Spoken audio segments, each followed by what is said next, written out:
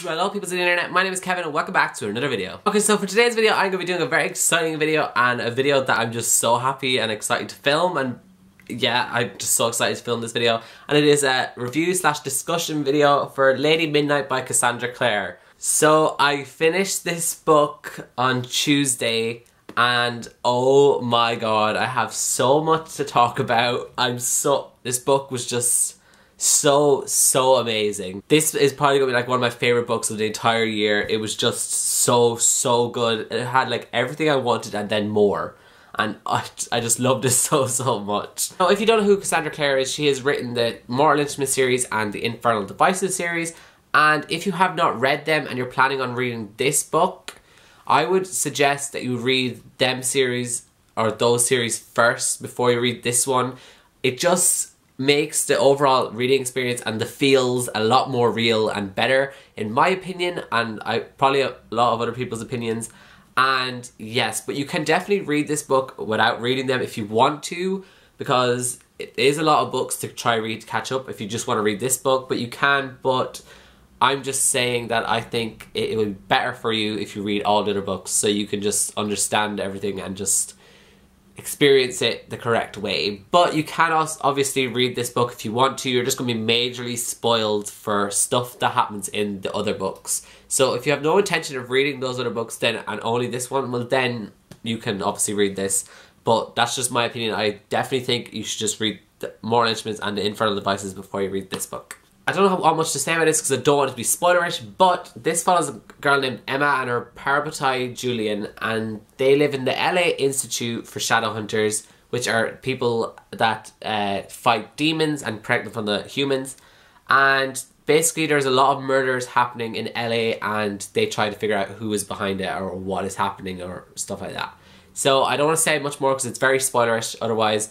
So yes, I'm going to jump straight into spoilers now because I just have so much stuff I want to talk about with this book and stuff that happens. So if you have read this book, stick around, and if you haven't read the book, you can go read the book and come back and discuss this with me. So goodbye people who haven't read the book, because I'm going to start majorly spoiling now. You have been warned. Okay guys, so this book was so good. I give it a 5 out of 5 stars. Absolutely loved it. It was just so good, and the words are not coming to me right now. Okay, so I'm just going to talk about the characters, and the characters I really loved in this book and all of Cassandra Clare's books. They're such lovable characters, which is why I love Cassandra Clare's writing so much. I fell in love with these characters and I was like hoping stuff wasn't going to happen to them. I was laughing at them. It was just so funny, and I love Cassandra Clare with her characters. They're just so lovable and like my favourite characters like ever. And the first character I'm going to talk about is Emma. I absolutely love Emma. She is so sassy, and I love the way she has like developed from her old 12-year-old into like her 17-year-old, and there's been major changes with her and her personality, and she's just such a lovable character. I really love her, and she's one of my favourite main characters now. And one bit I really loved with her in scenes where she was making me laugh is when she broke up with Cameron and she's on top of the building with Christina, and she's like laughing about how his picture is of a llama, and I think Christina is like, oh, bad day to be a llama or something. I was literally laughing so much. And another part is where she like, her and Christina are chasing after the Sterling guy because he's in a pub or a bar, whatever you guys want to call it. And they like break in, and then the guy walks in and he's like, what are you guys doing here? And she's just like, we're from the health department, and did you know that these containers do not have any antibacterial detergent or something in it? And I was literally laughing so much. And then she's just like, the guy goes, oh, you little bitch, and she like knocks him out, and then she just like goes to Christina, I hate when people call me a bitch. I was literally laughing so much, and I just love Emma. She is just such a lovable, funny character. So then we're going to move on to Julian. Julian I obviously love just as much. I love how Julian cares so much about his family, and he's so family oriented, and he will always put his brothers and sisters before him, and he will do whatever is best to make sure that they are okay. And I honestly love that in him.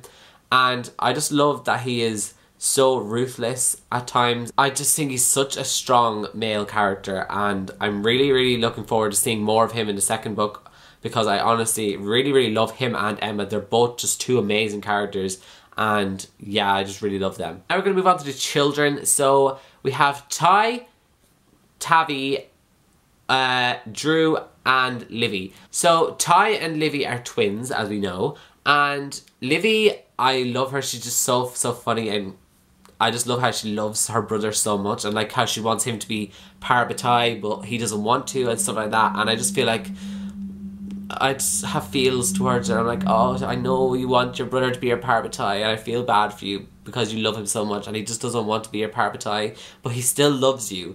But yeah. And then Ty, I just love that he's like an autistic character. I don't think it actually ever says that he is, but I just get the feeling that that's what he is. And I love that Cassandra Clare made him autistic, because in many other books, series, or any books, there's never that kind of stuff in books. I know there obviously is in some other books, but in YA, we don't see that a lot. And I just love that she incorporated that into it. And he's like obviously one of my favourite characters. He's just so endearing, and I love him so much. And he's one of my other favourite characters. I love literally every single character, so you're going to hear me saying it's one of my favourite characters, because I love everyone.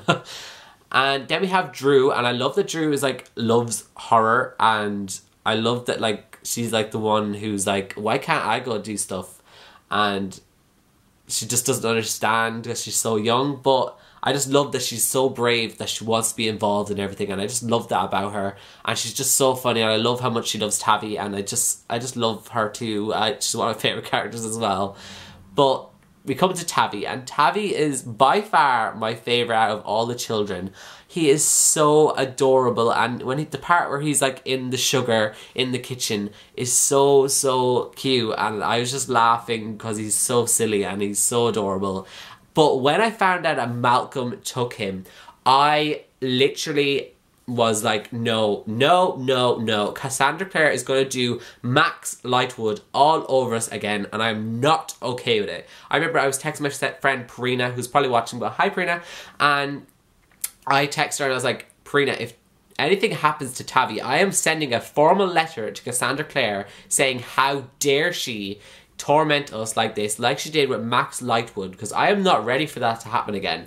But luckily, nothing happened to Tavi. He's fine and alive, and that's all that matters. And I won't need to write a complaint to Cassandra Clare, because I just love him so much. And literally, when there's a part where Malcolm like lifts his knife to go down, I was like afraid to turn the page, because I was like, no, if he brings that down and stabs him, I will cry. But thank God he didn't. And I was just so happy. I was Snapchatting loads of people about this, so you probably got Snapchats for me if you read this book. So yeah, I'm sorry, but I had a lot of feelings. Then we have Mark, and Mark is such a cool character. He kind of reminds me of the guy from Jumanji. I don't know if you guys have seen that movie, but he gets sucked into the board game, and then he comes back after living in the jungle for so long, and he's so disoriented and doesn't know about the world, and he's like, who are these people, what is going on? And that kind of is what I got from Mark, because he was in Fairy for so long, he forgot what his brothers and sisters look like. And in Fairy, time goes by a lot slower, so he thinks that his brothers and sisters should still be around the same age, but they're not. They're like 5 years older. I just love how the way he reacted, and finally he realised it was Julian and the children, and the way we saw him gradually grow into accepting the fact that he is a shadow hunter, and then where he finally at the end was able to take a rune. And it was just such a great character development from the start of the book to the end, how he finally just gradually became accepting about who he was and returning back to his old self. And I love that so much about Mark. He's such a good character, and I genuinely am so interested to learn more about him in the next book, especially with that ending with Emma. I did not see that coming, but yes, that's just what. Okay, then we have Christina, who is a character I love so much. I just can tell she's gonna be like one of my favorites, like literally one of my favorites in this series. I really like her, and I love the relationship she has with Emma, and I love their friendship. It just reminds me of Clary and Simon.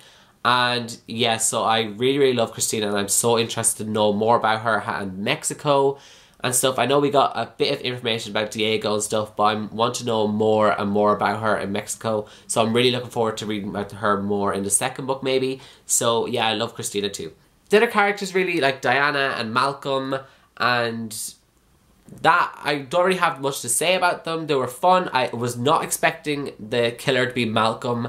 I really thought it was Diana, but then again I thought that was a bit too obvious. So then I thought it was that Rook guy from the Shadow Market, but it wasn't him either. So I genuinely didn't know who it was, and when I found out it was Malcolm, I was like, what? Plot twist.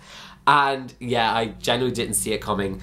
I don't know if any of you guys did see it coming, but I genuinely didn't, so I was shocked. So now I'm just going to talk about parts in the book that I really loved. Okay, so the first part I have to talk about is the sex scene. And I genuinely was not expecting that to happen, because in all of Cassandra Clare's book, she drags out until the main character and their love interest has sex. But in this book, it's the first book and it happened already. And I guess we have known them since they were 12, so it's been about 5 years, so it kind of has dragged out. But really, this is the first book in the series, so it happened in the first book. And I was not expecting it, but I'm so happy it did happen because it needed to. And I love them so much. Another part that I was so shocked about was the part when Christina goes back into the Institute after she's after flying back on the motorbike with Mark. And Mark goes in, stays outside with Kieran. Christina goes back into the Institute, and then she like opens the door and creeps out and sees them kissing. I did not see that coming, and I was just like, what? Another plot twist. There were so many times in this book and I was just like, what? But yeah, that was another part. I was just like, wow, I did not see that coming. And I like was shipping Mark with Christina, and then when that happened I was just like, well, that ship just sunk. But I don't think it has sunk. It might float back up. Who knows? And yeah, so that was such another shocking moment. And then the other scene that I really want to talk about is the part with the whipping. I thought that was such an intense scene where Mark was going to be whipped, and then Julian was like, no, let me be whipped. I've killed the fairy. Let me be the one who's whipped. And then he started getting the whips, and it was obviously hurting Emma too because they're parapetai. And so Emma then puts a rune on Julian, so he like passes out, and then she takes the whipping, and I just thought that was such a good moment for her, and she was just so brave, and it made me love her so much more. And it was just such an intense scene, and I was just like, what is happening? Oh my god. It was just such an intense scene. And finally, the last scene I'm definitely going to talk about is the part where I can't remember where it is, but I think it was after the whipping. I could be wrong, it mightn't have been then. But when Mark is like saying to Julian how proud he is and how much he loves him, and I was just like, why are you doing this to me, Cassandra Clare? Why? And the fact he was just like, I love what you've done with the kids, and I'm so proud of you. And I was just like, it was just this book is just so amazing. That is all I'm going to say about this book. I gave it a 5 out of 5 stars. I don't know if I said that already, but I did. It's going to be one of my favourite books of the year. I'm so excited for the second book. So if you have read Lady Midnight, let me know down below in the comments, and we can have a little discussion about stuff. And other than that, I will see you all on Sunday for my next video. So, goodbye!